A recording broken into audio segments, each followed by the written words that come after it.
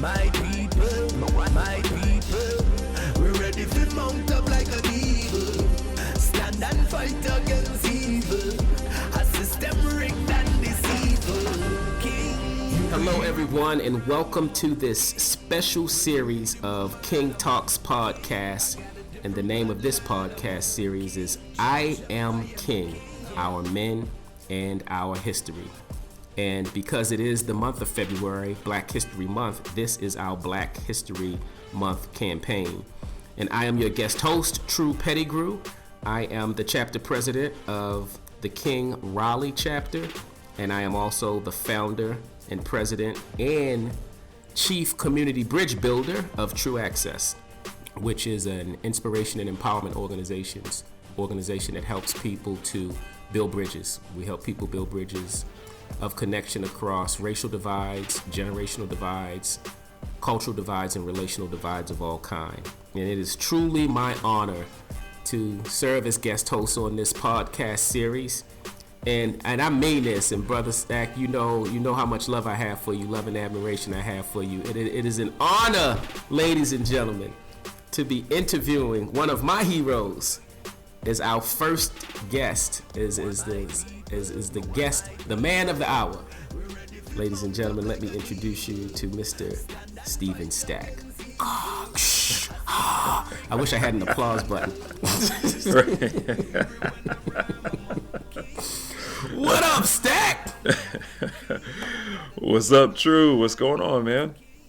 Oh, man, it's all love, brother. It's all love, man. And look, me and you know each other. We've known each other for some time now. But what I want to do is take this moment to get to know a little bit more about you, get you to share your story, if you will, so that the other folks that are listening in can get to know who you are and what you do and how you got to where you are. That's what I really want to get into. I want to get to an understanding of how you got to become the man that you are today. So why don't you just talk a little bit about who you are? Like what I do know about you is you're still a relatively young man that has been able to achieve a sense of financial stability, and even some might say a sense of financial independence at such a young age. So why don't you kind of start there and talk a little bit about how you got to that point in your life? Wow. Well, first, man, just thanks for doing this. I'm humbled to be on here, and I guess where I would start is, so a lot of times people, when they'll tell their story of their achievements or how they've ended up in a certain place, they'll start with themselves. For me, I'm actually going to start with people who came before me. I don't believe there's anything that's really ultimately self-made about me. I've benefited from great family. Parents, grandparents have a strong godly heritage, and then also just the community around me, friends and people that I've been able to come into contact with. So where I probably would start would be with my grandparents. So my grandfather on my mom's side, he was actually born in the late 1800s. He was born in the 1890s. And his wife, my grandmother, was born in 1900. And so just to go back 2 generations takes it back significantly in American history. My mom was she was the 12th kid out of 12 kids. So she was the last born. And so I've got a really big family on both sides. My dad was actually number 10 out of 12. So a lot of aunts and uncles, a lot of first cousins, and then further beyond than that. But the reason why I would want to start there is, my grandfather and grandmother, they grew up in a time in American history where you had things like sharecropping going on, and it was just a completely different dynamic. We're talking they were born about 3 or 4 decades removed from the Civil War. Right. To put things into perspective of what was going on in America at that time. And for my grandfather, he was a great man of faith, a community man, a family man, and a man of prayer, and the same for my grandmother. So they did what they could to just try to make progress during those times. And a story that I always like to tell is that my grandfather, he was able to put some monies together because he wanted to buy some land to be able to build a home and be able to raise his family when he was a younger man. But at that time, so your sense of financial acumen and even it sounds like maybe your faith, right? As I'm hearing some commonalities that right. exist in you, and so it sounds like this was an inheritance of sort. And I think oftentimes when we think of Right. inheritance, we think strictly of money or things or items, money. heirlooms. Right. But Right. you Right. can inherit attributes and traits as well. Right. Right. Right. And so with him, he wanted to, buy land for a home, and to be able to raise a family, have like a farm, and just be able to do life. But at that time, whites wouldn't sell to black people. To just put it bluntly, no one would sell the land to them. And just to speak to something that didn't happen often, but I'm thankful for it, is that there actually was a white man who was a Christian who didn't believe that was right, that he couldn't buy the land. So ultimately my grandfather and him had an agreement. He gave this man the money for the land, and the guy purchased it and then handed it over to my grandfather so that he was able to just be able to provide a basic place to stay for his family. So you can kind of even see in that story just some of the intersections of finance, faith, race, just all kinds of things in community. So I always try to tell that story because especially when I'm talking to people about finances, they may look at me and say, hey, man, you're doing extremely well at a young age. And, man, tell me what's your trick so that I can be doing the exact same thing. And the reality is my grandfather was doing a lot of the right things, but it didn't come together in his life. But the decisions he made impacted my mom and also my father when they got married, and it's impacted me. Well, so that's interesting, right? On his shoulders.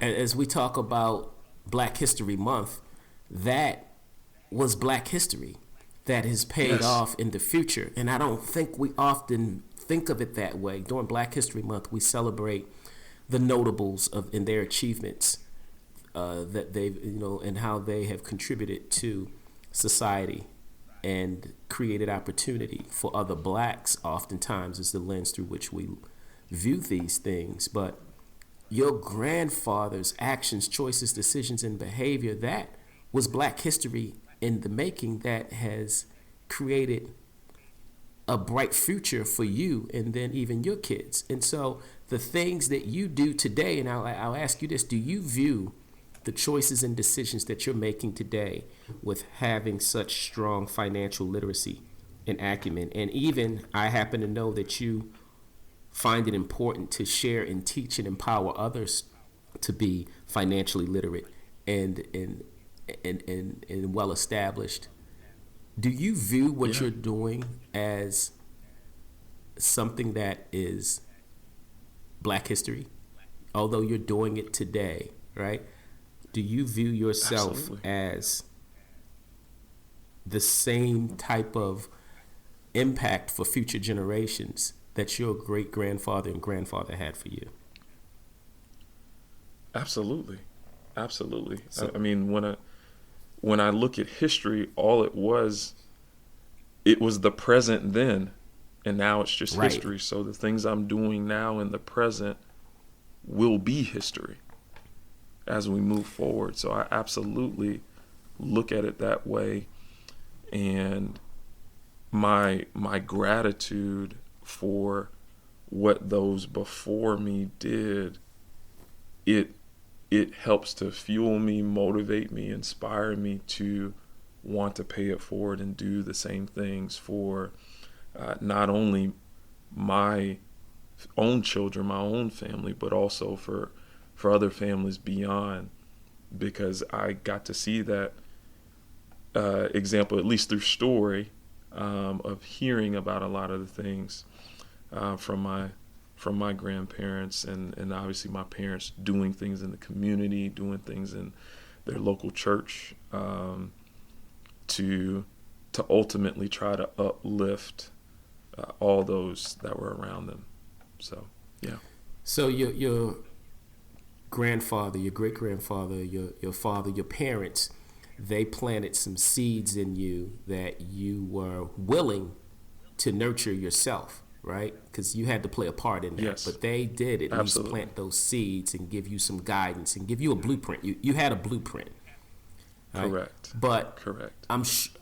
help me understand exactly what you did to achieve the financial freedom that you have. Because although you had a blueprint, times were different then. Right? You couldn't Right. do the exact same things that your great grandfather and your grandfather did. Like you didn't have to find a white man to advocate on your behalf or purchase something on your behalf or invest on your behalf. So, Right. although I can understand and appreciate the blueprint, the principles were there, but the actions that you took modern day help me understand. I'm sitting at your feet. I'm trying to learn. I'm trying to become a multimillionaire like Steve Stack. Tell me the action steps that True Pettigrew needs to take. Nice. So a lot of it is just really simple, uh, or just like common sense types of things, like living within your means. So not spending more than what you make. So And I gotta take the Bugatti back. That's what you telling me? right. Well, yeah, if you Come haven't on, squared Stack, up. man. You ruining it for me already, man. Right out the Right, gate. right, right. Yeah, if you haven't, I mean, I'm not actually against getting the Bugatti. It's just you want to make sure that you've squared away a lot of other things first. So you don't want to have the Bugatti, but have credit card debt where you're paying like 20% interest on it Right, at the same time. right. Um, so yeah, I mean, just a lot of fundamental things of saying, okay, I'm gonna live within my means, which meant that I had to make an actual budget um, that was monthly specific. So, October would look different than this month in February, of Oh, the so you different didn't just things have a that set budget for entertainment, this amount of entertainment for the month, this amount of gas for the month, this amount of groceries for the month. So your budget was month specific. correct, because the reality is we're gonna do different things from month to month.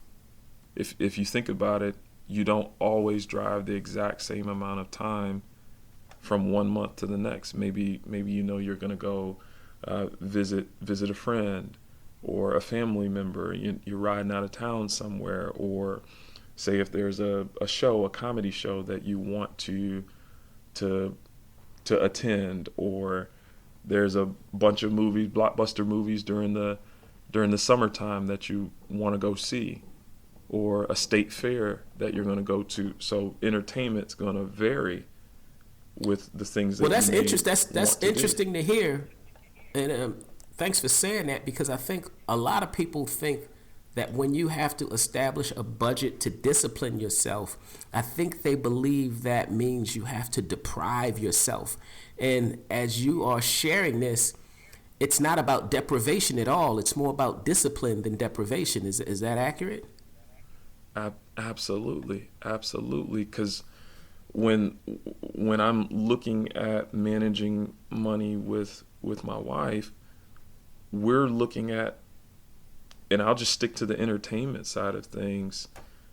It helps us to actually enjoy life more, I would argue, because now we're putting thought to, hey, what are the things that we enjoy doing that bring excitement, bring out the best kind of feelings in life, of things that we like to do.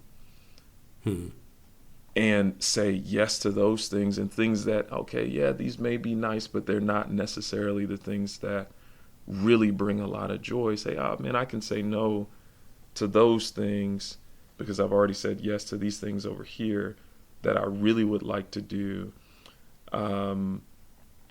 because I'm being a little more intentional about how the money is spent. And here's the other thing, true, that brings joy in being able to do things for fun, is when you already know that you've set aside the money to do it. Right. It's much more enjoyable. So I'm not going You're to not some stressed, event. right? Right. Yeah. Right.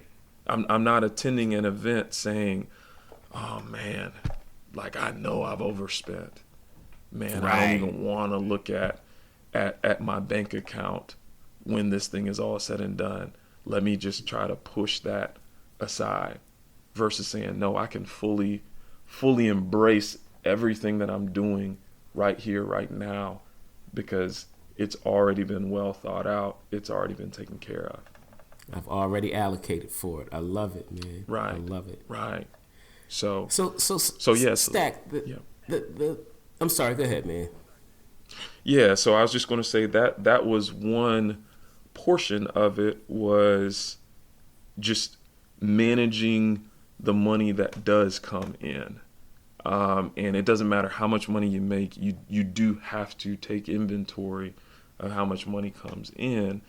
But then also on the other side, you're also looking at, okay, well, how can I put money in places where it's working just as hard as I am, whether it's in a business or working in a company, so that it can multiply. So at an early age, I got a great understanding of the concept of compound interest, and of just saying, hey, time is on my side. The earlier I start, the better this thing is going to work out for me. And how can I put money in vehicles that it can earn while I'm also earning? So that those were things that I was thinking on. I mean, even before I was a teenager. Oh yeah. Just smart investments and living within your means, which Correct. requires budgeting. So I'm hearing smart investments, budgeting, and living within your means. And the budgeting and living within your means are very strongly connected. One allows you to be more effective at doing the other. Yes. So absolutely. The data will tell us that in America, most of the people that are challenged financially, economically, are people of color, black and brown people. Yeah. Right? Because it's always a big deal when we see someone that's black that has achieved a level of financial success. And I use that term loosely because it's relative. Right. So, but why is that, right? Why do you think the majority of the people that look like you and me are the ones that are living at or below the poverty line, and not even just the poverty line, just are either living check to check or don't have the financial freedom that you've been able to achieve. So very complex question that you asked, but a really, really good one. So just on its face, the first thing that I would have to say is we can't divorce the current state of people of color from the history of people of color here in the U.S. So it would be negligent to simply say, oh man, well we only need more financial literacy, or people just don't know of the different tools and things that are out there or available for people to be able to make progress, to be able to push forward and accumulate wealth. Even though I'm a huge advocate of financial literacy, I can't separate that from just history. Because even in the story that I told with my grandfather, it was for every story that would have been like my grandfather, how many stories were there of people that didn't have someone who would say, hey, I'm going to purchase this land for you and then hand it over to you with no interest, no usury attached to that. Right, or no strings attached.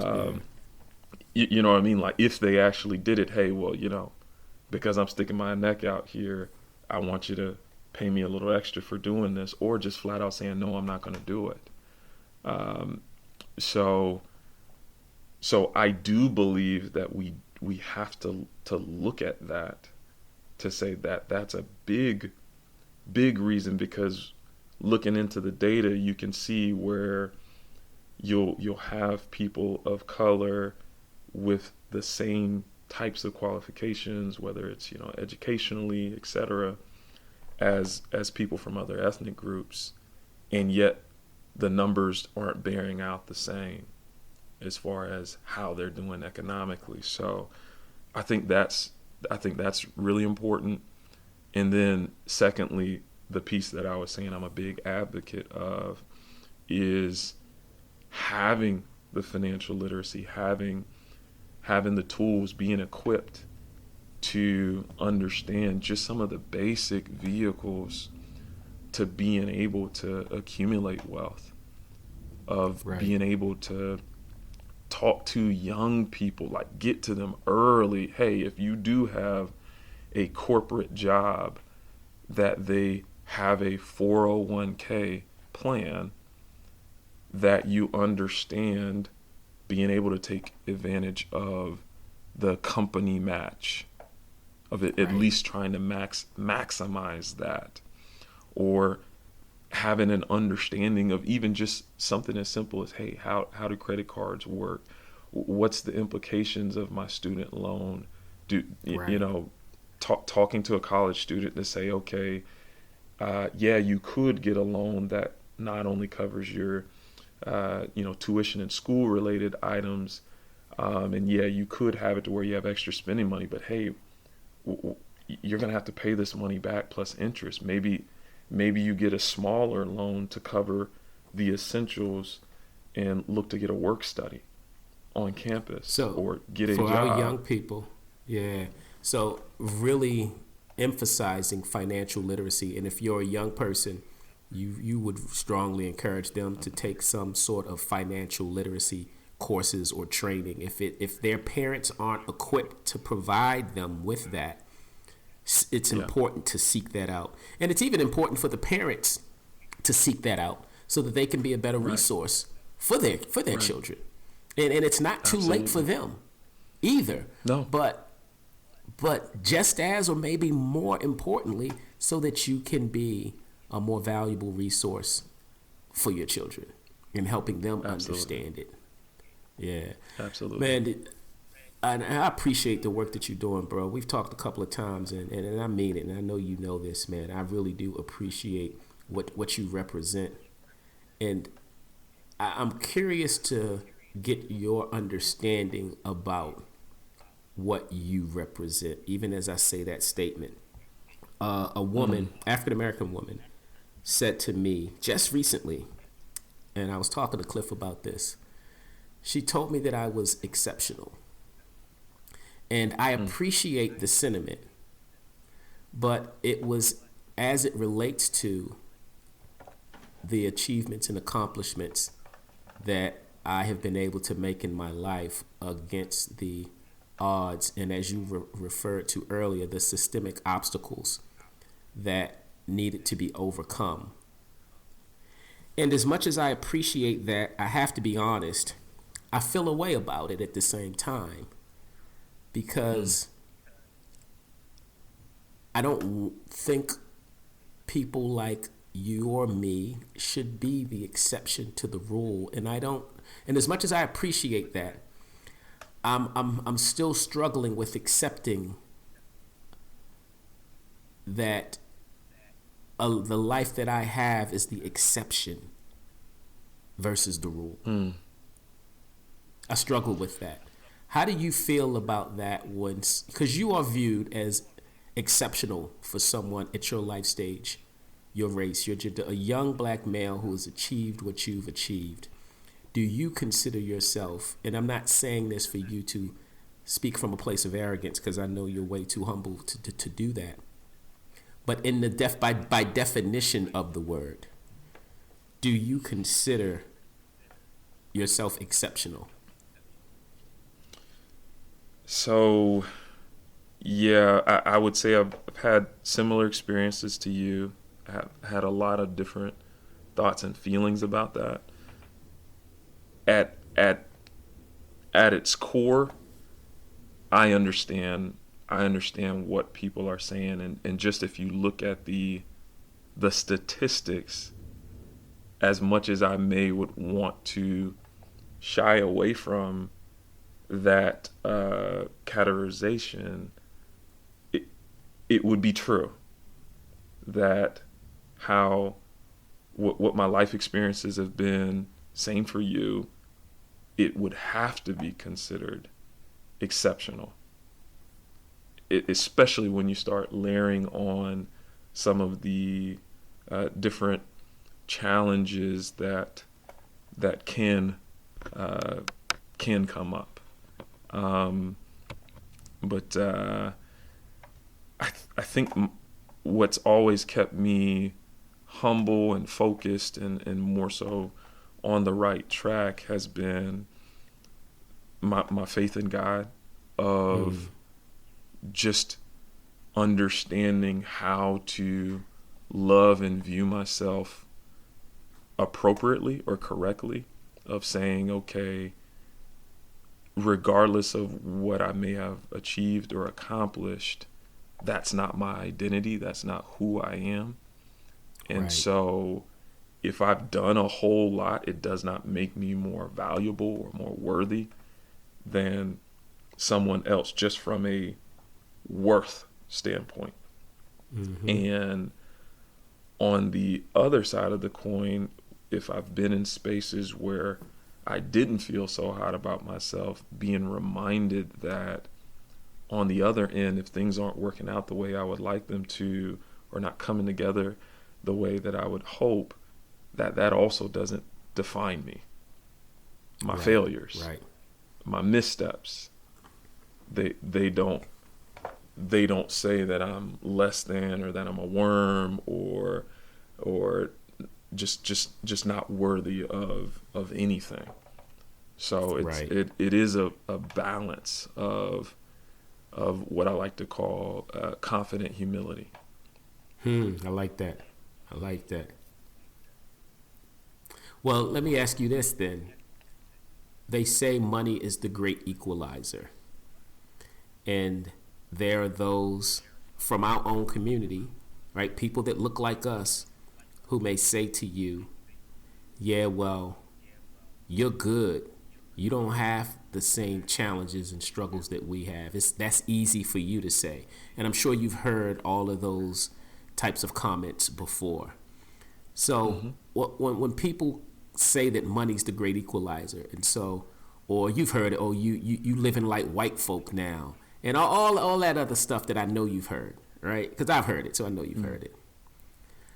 What do you say to that? Has that made you immune from any of the systemic challenges and obstacles that Black people in America face? Has that made you immune from any of the pains of social injustice that other Black people face? Has that made you immune from any of the stereotypes, biases, and barriers that other people of color face? As those stacks, I love your name is so appropriate because you so paid. Stack, I love it. Have those stacks that Stack has accomplished made you immune to any of those things? So certainly not immune, because to be immune, it means that it doesn't touch you at all. Right. And what I will say though is that I have had situations and circumstances where I was keenly aware that because of the position that I may have been in financially, that it very much helped me to not get caught up in spaces that for others it would have been a very negative road. And so I think about and we can even talk about this of just a situation that I had legally that I was very aware could have gone sideways if I didn't have adequate resources. Got you. So there is obviously some challenges that you will no longer have to face, and that's what the freedom part of financial freedom affords you. Right. Now, What about the flip side of that some people may think is no longer applicable to your life because you've reached a certain tax bracket? And being Black in America, does that again make you immune? And I know, or I don't believe it does, but I want to hear you talk a little bit about, because I know, and if I'd be curious if you're comfortable talking about it, your take on, I think there was a situation that you experienced a couple of years ago that regardless of your financial situation, that didn't make a difference. It was a bit of an unfortunate experience that took place with you some years ago. Yeah. That no, I don't mind sharing. So, and I kind of was even hinting at it in the last response that I had of, so in 2011, so it's 2020, so 9 years ago, I was the worship leader, worship pastor at a church in Cleveland, Ohio, and at this time, it's a Sunday in Memorial Day weekend where I'd been at the church all day singing, and then we had done some additional activities just to kind of celebrate the holiday weekend on that Sunday. And what ended up happening is that the gym that my wife and I attended at that time, someone went to the gym and stole somebody's wallet and made several fraudulent charges with that person's credit cards. And so I ended up getting called into the police station. They asked me some questions about what my whereabouts were on that day. And I just let them know, hey, I was actually at the church all day. They asked if there was any physical evidence. I was like, it actually was, since the church, they live streamed their services, as well as because of some of those activities after church. there was, video and photos and different things like that. So I'm like, yeah, I actually do have physical evidence of where I was at. And so we continued talking through some different things, just asked me if I had noticed any suspicious activity at the gym. And honestly, I was no help to them because I didn't recognize anything. So fast forward several months to November. It was actually the Sunday before Thanksgiving. I'm at church singing, and the church, it has a couple of services. And so at the end of the service, or at the end of us singing for the second service, the last one, I'm stepping off the stage to, walk around in the green room and ultimately come and sit down to listen to the service. There actually was a police officer there saying that he was there to arrest me. And wow. Yeah, and at that moment, I'm like, man, you've got to be kidding me. I mean, that's literally what I said. You're joking, right? And he's like, no, I'm actually serious. And so I'm behind the church. I'm walking outside. He puts the cuffs on me. I was at least able to get him to get my wife. And she's like, what's going on? I said, I have no idea, but it'll be okay. And so I'm going to jail. I'm being arrested. I have no idea what it's for. And what ends up happening is the lead detective is saying, hey, we've got people who positively ID'd you as, stealing these credit cards and making fraudulent charges. And because of the amount of the charges, it was going to be a felony charge. And so I just let the guy know, man, you've got the wrong person. That definitely wasn't me. I have evidence that shows that I wasn't there. And I thought we discussed this earlier, in June, or with whoever at the station. And so just in the interest of time with this story, what ended up happening is I ended up spending 3 days in jail before I was able to get out, because they had got me on a weekend that was leading up to a holiday. So there was just a lot of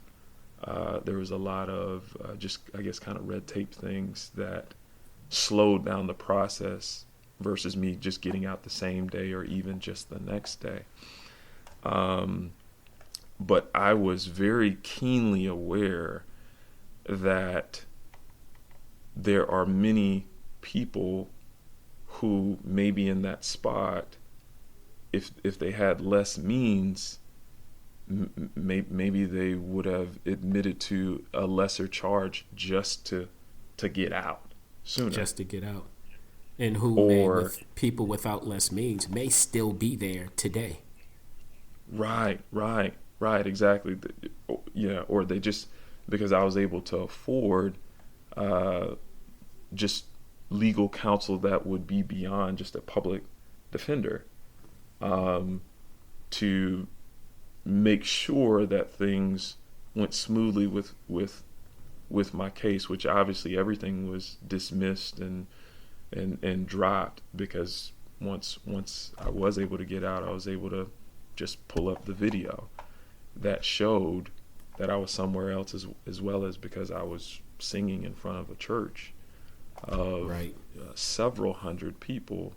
I wasn't lacking on witnesses to say where I was at. But the things that I would want to even say to that true is, even with me having resources to get legal counsel, what if this had taken place on a Saturday instead of a Sunday? Like, it was providential for me that the crime happened to take place on a day that I'm most visible. at that time in 2011, which is I'm singing in front of about 1,500 people, Right. and there's video.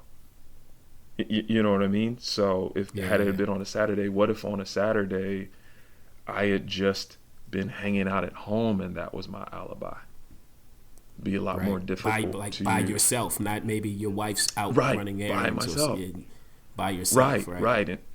And all I could say is, hey, I was home, and oh yeah, my wife wasn't there, and I don't have any proof of a purchase that I made at, like a restaurant or some, you know what I mean? Like there's just a lot of different ways that things could have gone, that would have made that story be much more complicated, even with the resources that I had available to me at that time. But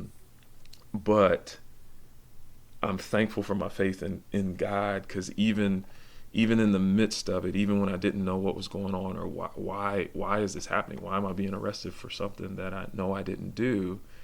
I was just comforted by some passages of scripture that I literally had just recently put to memory, to just kind of calm me and let me know, hey, things are going to be okay.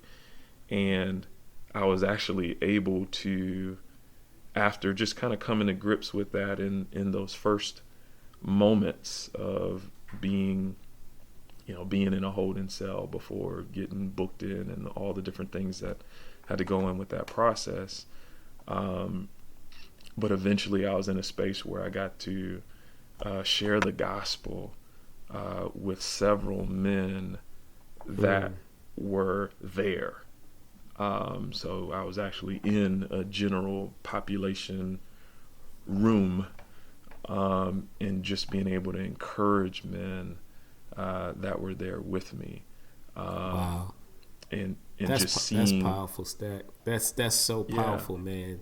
And to understand that you had the wherewithal and the mindfulness to still understand that there is a purpose for where you were, and you were able to put your selfish desires aside and still have the heart and the mind to serve others in that time of adversity. That's powerful, brother. And I think it's so, I appreciate that. So relevant to you being a member of King, and a leader in K.I.N.G, right? Because knowledge, inspiration, and nurture through God, right? That, to me, that is the essence of what you represented. You represented the knowledge, because it's some scripture that you had just memorized, and it's that you had studied on, and the inspiration, not only to keep yourself inspired, but you took the opportunity to inspire and nurture others with that knowledge and understanding that you had, and all rooted in your love for God, right? And his love for you. So I think that is the essence of what it is to be a man of King. And as we draw near to our time, man, I'd love for you to speak a little bit about that, because you were in a situation that, no matter the resources that you have achieved in this lifetime, that it did not cause you to be immune from any of the injustices or the systemic obstacles that can be placed in your way, right? Yeah. But the way that you responded to that, and the way that you handled that, is so admirable. And again, I go back to exceptional. I don't know that that's the norm, quite candidly. What is it about King that drew you to King? Wow. I think that it was multiple reasons. So first, just the foundation being built on men growing in God and growing in Christ, and that being really the cornerstone for every area of life. So looking at it and saying, man, this is the foundation of this group, is that through Christ we can be all that God has created, designed, and purposed us to be in all areas of our life. So that right out of the gate, that was important to me. Right. It was also important to me that King doesn't shy away from things that regard race, and just things that divide us, whether it's racial, political, denominational, generational. There's so many different things in society that can divide us, but saying, no, man, we're going to lean into the cross and let that be the thing that actually unites us together. That's good. And allows for us to be able to address some of the ills that have happened here in the American context and how it's impacted people of color. Because one of the things with King is it talks about wanting to improve the image of black men. And here's the reality of that. To me, that can't be fully the responsibility of just black men. Right. Like we need all peoples in on that, to be able to do that, to enhance what actually we are, which is we have a ton of men that are great husbands, great fathers, great workers, great community men, great speakers, great artists, great engineers, great businessmen, et cetera, et cetera, et cetera. Men of faith, committed, devoted, faithful, and we need all people really championing that effort, because there has been a lot of intentional effort to do quite the opposite. If we just look at American history, and right. It's even been to the point that we have people of color believing those lies themselves. So right. That was a big draw for me. And then lastly, just the brotherhood of it, of being able to just do life with and be around men, to just enjoy each other's company. Like I consider you a friend and a brother. Right. And that happened because of King. So, right. So those were really the things that that drew me to King. And one final thought that I wanted to make sure to say with that ordeal that I spoke of before is something that gave me strength to do something that would be deemed not the norm or exceptional, is looking back at people in our faith, whether it's in the Bible, that there's plenty of people in Scripture who were in prison for things that they didn't do, and how they responded to it. You know, I mean, I can think of, like the Apostle Paul and how he's singing praises to God, and eventually his shackles got removed, even though I know there's plenty of people where they're doing the right things and it doesn't end well. The shackles don't get removed, or maybe the sentence turns out unfavorable. But just saying, having that mindset to say, man, I'm going to praise God regardless. And then also just some of our ancestors who've gone through things and how they still were faithful in spite of what was happening to them. People think about a Martin Luther King as an example of someone who went through things that was unfair, but still kept a strident faith. So I just wanted to at least add that in there of what my mentality was. No, man, and I appreciate you sharing that, because it's something that helped me to keep that in perspective as things don't always go our way. So thank you for sharing that. And I'm sure it will benefit others who may hear this, but it definitely benefited me as a reminder that, all things work together, right? Right. For the good of those that love the Lord and have been called according to his purpose. And we may not always understand it in the moment, but there is a greater purpose. Brother, Right. hey, Right. look, Stack, man, love you like cook food, brother. You know that, man. You are you are a king. You are Black history. You are American history. And you are exceptional. You are all of those things. And thank you for doing the work that you do to make sure that what you've achieved is no longer considered exceptional for people that look like you and me, but considered the norm. Thanks for all the work that you do, brother. I appreciate you and I love you, man. Man, appreciate you too. Thanks, Drew. All right, man. Nah, thank you, man. We'll talk soon. All right, man. Strong in the Lord. All right, bro. I Strong had in a the Lord. dream. I saw black slaves in 2018, pulling the big king with a crown in the middle, looking like tug of war. I guess they forgot the inheritance of the Lord, dying over streets when God gave him the earth. It's all in the Bible, just do your research. White man's religion, that's just fake news. The cross hit Africa for Europe even knew. This ain't black versus white, this is dark versus light. But racism might distract you from the Christ on sight. So here's the Visine, me and my team. Dark world, but we flipping on a high beam. King, K's for the knowledge, I is to inspire. N for the nurture, the G is to grow higher.